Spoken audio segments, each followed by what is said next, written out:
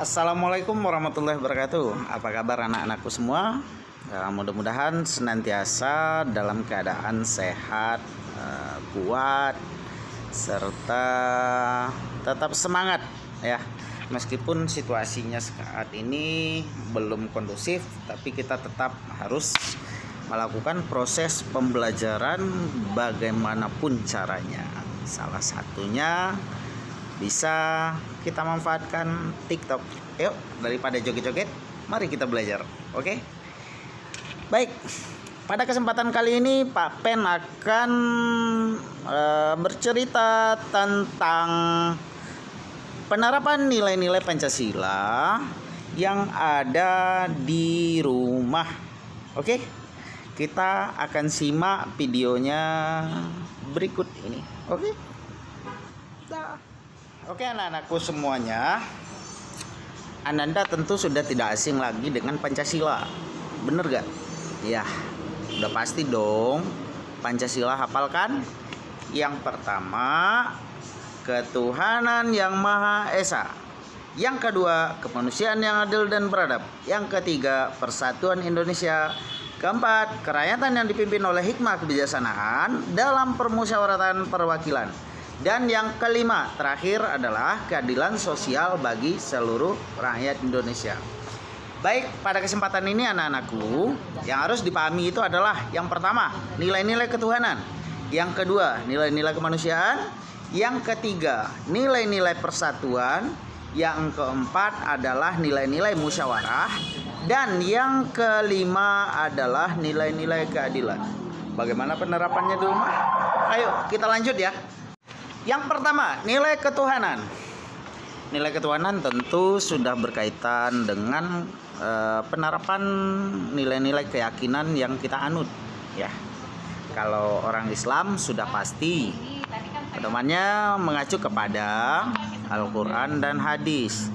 Nah, untuk penerapannya kita bisa menerapkan 5 rukun Islam dan 6 rukun iman. Itu adalah yang pokok dari penerapan nilai-nilai ketuhanan. Namun pada implementasinya di rumah, Ananda terkait dengan penerapan nilai-nilai ketuhanan ini bisa melakukan aktivitas yang berkaitan dengan nilai-nilai ketuhanan seperti sholat, puasa, dan banyak lagi yang lain, termasuk mendoakan kebaikan terhadap diri dan orang tua, orang-orang yang kita sayangi ya. Contoh lain yang bisa Ananda lakukan dalam penerapan nilai-nilai ketuhanan di rumah itu adalah contoh Ananda mau makan. Ananda mau makan baca doa apa enggak? Pasti dong. Kalau enggak baca doa, maka makanannya diambil syaitan. Nah, di sisi lain juga Ananda setiap mau melakukan aktivitas harus membaca doa. Ketika kita mendapatkan entah apapun yang kita temui, maka kita harus bersyukur atas apa yang kita peroleh atau yang kita temui. Contoh lainnya juga, Ananda bisa membersihkan rumah. Nah, menjaga kebersihan itu adalah sebagian dari iman. Nah, menjaga kebersihan juga termasuk penerapan nilai-nilai Pancasila, sila ke-1 yaitu ketuhanan. Kesempatan kali ini kita akan membahas tentang penerapan nilai-nilai Pancasila, sila ke-2. Ya, sila kedua apa tadi? Apa? Lupa. Ya benar. Yaitu kemanusiaan. Nah, ini berkaitan dengan hati. Kenapa Bapak katakan itu hati? Itu terkait dengan sensitif dengan perasaan Ananda sayang. Contoh nih, mamanya udah sibuk-sibuk kerja, udah capek, terus Anandanya cuma santai-santai doang, gak mau bantu. Artinya Ananda tidak memiliki rasa empati atau kasihan sama orang tua. Nah, itu contoh yang gak bagus. Jadi Ananda ketika ingin menerapkan itu harus bantu orang tuanya. Contoh lainnya terkait dengan penerapan nilai-nilai kemanusiaan. Apa? Ayo. Siapa yang usil sama adiknya atau sama kakaknya atau sama saudaranya? Nih usil ini. Terkadang juga pelit ya. Nih contohnya nih. Dia makanan yang enak. Ananda merebus mie. Mie enak ya. Ya bapak juga suka. Oke, makan mie misalkan. Terus kita cuma enak-enaknya makan. Terus adek lihat doang ini. Kak minta kak, nggak mau. Nah itu juga nggak bagus Ananda. Berarti Ananda tidak menerapkan nilai-nilai kemanusiaan. Bagaimana seharusnya tanpa diminta oleh adik kita, apa yang kita miliki, apa yang kita makan itu berbagi sama adik, berbagi sama kakak, berbagi sama orang tua. Pokoknya semuanya itu merupakan. Video ini kita akan melanjutkan penerapan nilai-nilai Pancasila, terutama nilai Pancasila sila ketiga, yaitu persatuan. Nah, siapa yang sering berantem di rumah? Ayo, siapa? Ngaku ya, tulis di komentar. Oke. Nah, siapa juga yang sering melawan orang tua? Disuruh orang tua nggak mau, pada nggak mau, malas. Itu apa? Nggak boleh. Kenapa? Bertentangan dengan nilai-nilai Pancasila sila ketiga. 1, 2, 3. Oke. Artinya apa? Kita di rumah harus saling membantu. Untuk apa? Untuk menciptakan rasa persatuan dan kesatuan antar Ananda dan keluarga di rumah. Contoh lain juga seperti ini Ananda. Kan rumah besar tuh ya. Jalankan peran, lakukan apa yang bisa dilakukan. Karena itu sangat membantu mempermudah pekerjaan orang tua di rumah. Contoh, Ananda memiliki kakak 1, adik 1, dan Ananda 1, berarti 3. Bayangin, kalau menyapu, 1 orang mencuci piring, 1 orang menyapu rumah, 1 orang menyapu atau membereskan tempat tidur. Jika itu yang dikerjakan oleh mamanya, maka mamanya akan sibuk dan membutuhkan waktu lama, capek. Tapi kalau Ananda semuanya itu berbagi peran dengan kakak, dengan adik, maka semua itu akan terasa ringan, gampang, cepat selesai, hemat waktu, mama terbantu, dan Ananda jadi akhlaknya nomor 1. Nah, sekarang kita akan lanjut dengan penerapan nilai-nilai Pancasila sila keempat. Sila keempat apa tadi? Nilai apa? Kerakyatan, musyawarah, gotong royong. Gotong royong. Ya, bisa jadi masuk. Semuanya sila itu dari sila 1 sampai ke 5 saling berkaitan satu sama lain. Ya, ada hubungan satu sama lainnya.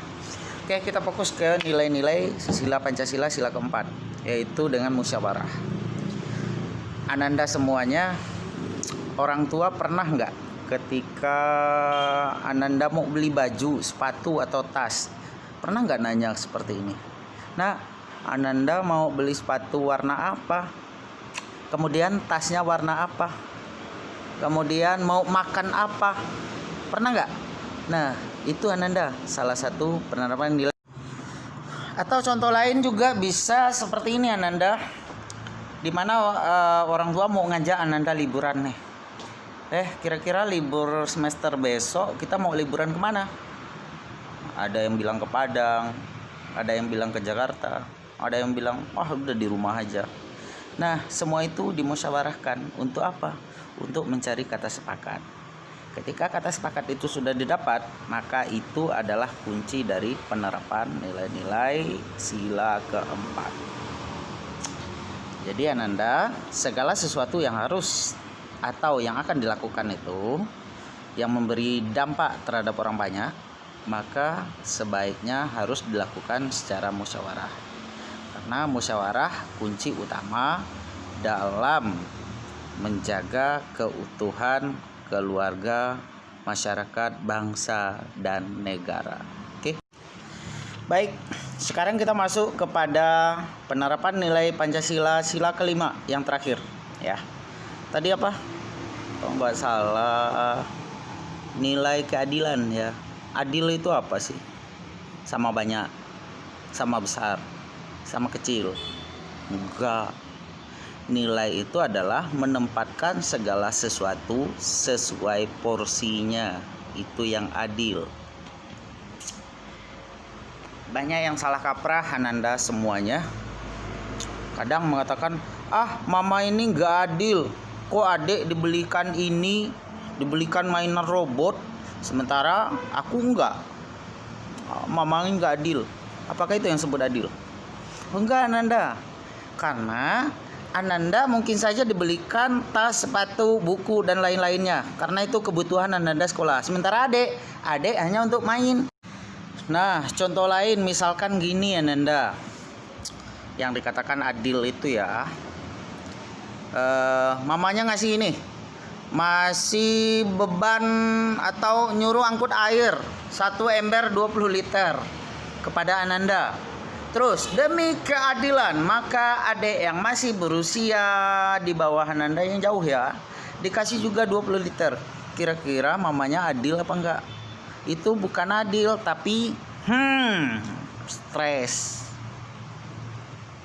Jadi logikanya seperti itu Ananda ya. Yang dikatakan adil itu adalah memberikan atau mendapatkan sesuatu itu sesuai dengan porsinya, sesuai dengan kebutuhannya. Kalau adil adalah sama banyak, maka itu akan terjadi sesuatu hal yang baru lagi atau masalah yang baru lagi. Nah, sekarang Ananda semuanya sudah memahami tentang contoh-contoh penerapan nilai-nilai Pancasila, mulai dari nilai Pancasila sila ke-1 sampai sila ke-5. Sudah kita bahas pada video-video sebelumnya. Pancasila itu tidak bisa dipisah-pisah. Semuanya kelimanya saling berkaitan satu sama lainnya. Hanya saja ketika Ananda memahaminya, maka Ananda lihat mana yang dominan dari penerapan nilai-nilai Pancasila tersebut. Ketika Ananda beribadah, maka dominan nilai Pancasila sila ke-1. Begitupun selanjutnya. Artinya semua nilai-nilai Pancasila saling berkaitan satu sama lainnya. Oke, jika Ananda ingin tahu lebih banyak, bisa share kayak Google seperti ini banyak. Di video YouTube pun juga banyak. Silakan belajar dimanapun, kapanpun, dan dengan siapapun.